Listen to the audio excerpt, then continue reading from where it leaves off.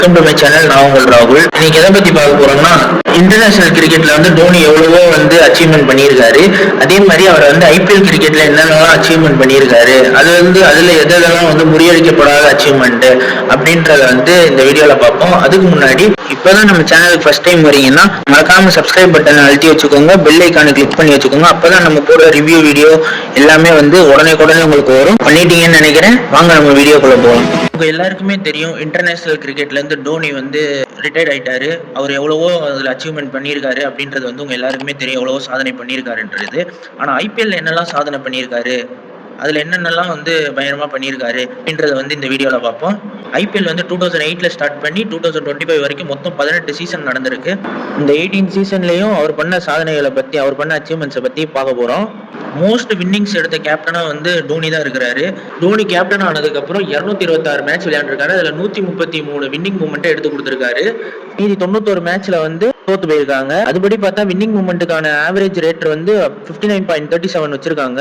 அதுக்கப்புறம் யார் யார் இருக்காங்கன்னு பாத்தீங்கன்னா, 100 போட்டிக்கு மேல, அதாவது 100 மேட்சஸ்க்கு மேல விளையாண்டு ரோஹித் சர்மா 56.32 ரேட் வச்சிருக்காரு, வின்னிங் மூமெண்ட் ரேட். அதுல பாத்தீங்கன்னா 158, அதாவது 158 மேட்ச் ரோஹித் சர்மா விளையாண்டு அதுல 87 ஜெயிச்சிருக்காங்க, 67 தோத்து போயிருக்காங்க. அதுக்கு அடுத்தபடியா மூணாவது இடத்துல யார் இருக்காங்கன்னு பாத்தீங்கன்னா விராட் கோலி இருக்காரு. விராட் கோலி 143 மேட்ச் விளையாண்டுருக்காரு கேப்டனா. அதுக்கப்புறம் 66 ஜெயிச்சிருக்காங்க, 70 தோத்து போயிருக்காங்க. அவரோட ரேட் என்னன்னு பாத்தீங்கன்னா, அவங்க டீமோட ஆவரேஜ் ரேட் என்னன்னா 48.56. அதுக்கப்புறமேட்டு யார் இருக்காங்கன்னு பாத்தீங்கன்னா கௌதம் கம்பீர் இருக்காரு. அவர் 129 மேட்சுக்கு கேப்டனா இருந்து 71 மேட்ச் ஜெயிச்சிருக்காங்க, 57 மேட்ச் தோத்து போயிருக்காங்க. அவங்களோட ஆவரேஜ் வின்னிங் மூமெண்ட் என்னன்னு பாத்தீங்கன்னா 55.42 ரேட் வச்சிருக்காங்க.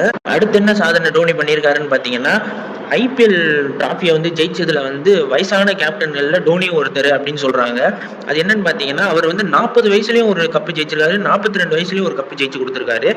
அதுபடி பாத்தீங்கன்னா அவருக்கு 2023ல ஐபிஎல் டிராஃபி ஜெயிக்கும் போது அவருக்கு வயசு 42 வயசு.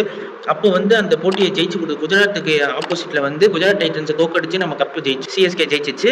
அதுக்கு முன்னாடி பாத்தீங்கன்னா 2021ல 40 வயசு இருந்தப்பவும் நம்ம ஜெயிச்சிருக்கோம், அது மும்பை இந்தியன்ஸை தோக்கடிச்சு. அதன்படி ரோஹித் சர்மாவும் மும்பை இந்தியன்ஸும் தோனி சிஎஸ்கேவும் 2 பேரும் 5 தடவை டிராஃபி ஜெயிச்சிருந்தாங்க. அப்பவே அப்படி பார்த்தா நம்ம 5 தடவை டிராஃபி ஜெயிச்சிருக்கோம் மொத்தமா.